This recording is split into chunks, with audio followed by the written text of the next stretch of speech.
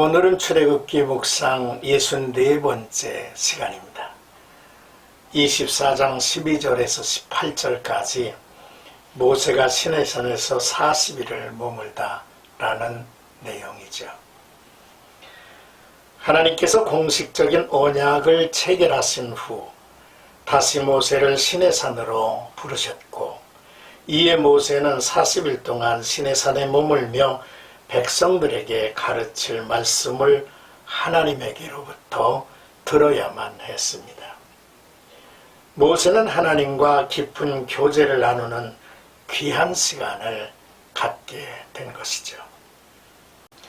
먼저 12절에서 14절까지는 하나님께서 다시 모세를 산 위로 부르심이라는 내용입니다.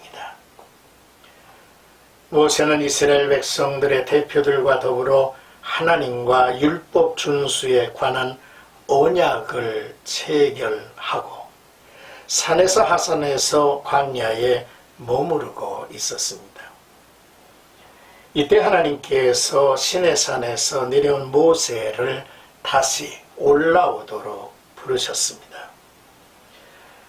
하나님께서 모세를 다시 부르신 이유는 모세가 백성에게 가르칠 율법과 계명을 친히 기록한 돌판을 주시려고 했습니다.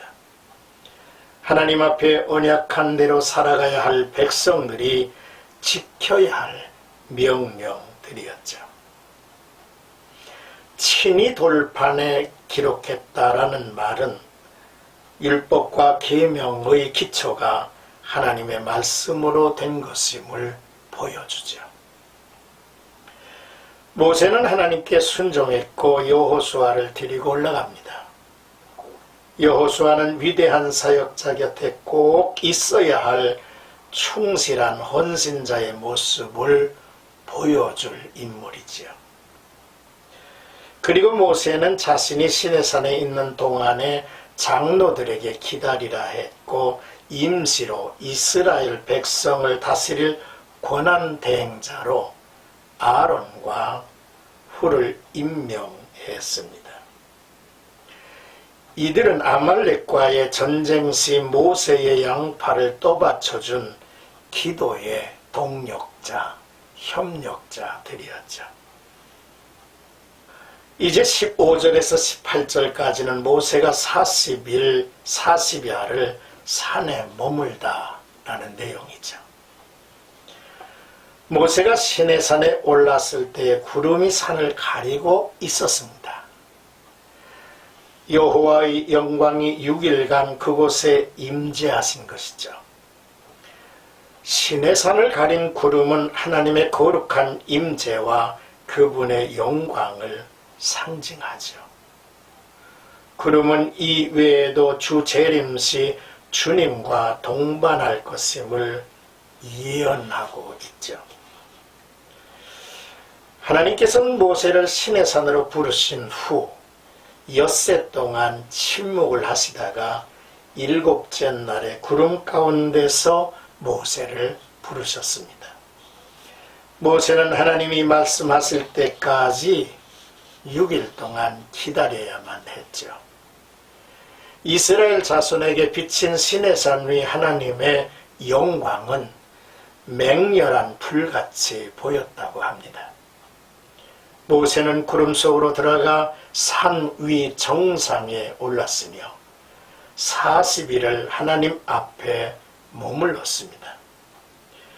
모세는 홀로 경이로운 하나님을 체험한 것이지요. 그리고 거룩한 말씀을 받았습니다. 하나님의 임재와 영광 가운데 40일을 함께한 모세. 우리가 상상만 해도 가슴이 뛰는 일이 아닐 수 없습니다. 이때 모세가 전에 받은 것은 하나님의 임재 초소인 성막의 각종 식양에 대한 말씀과 하나님의 명령을 기록한 십계명 2돌판이었습니다.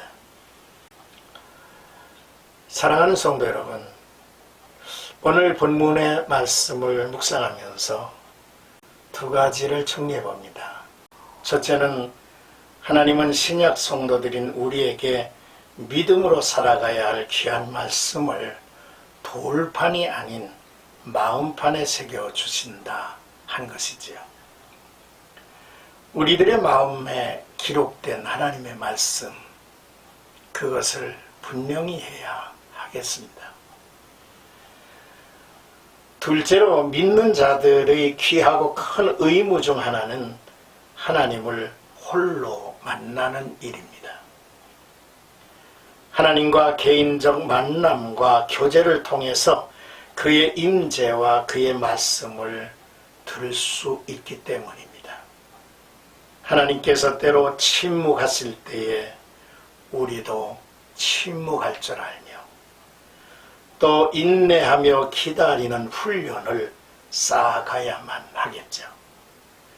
나만의 경건의 시간을 어떻게 갖고 있는지를 우리가 점검하고 또 경건의 시간을 이어가는 일에 중단은 없어야만 합니다.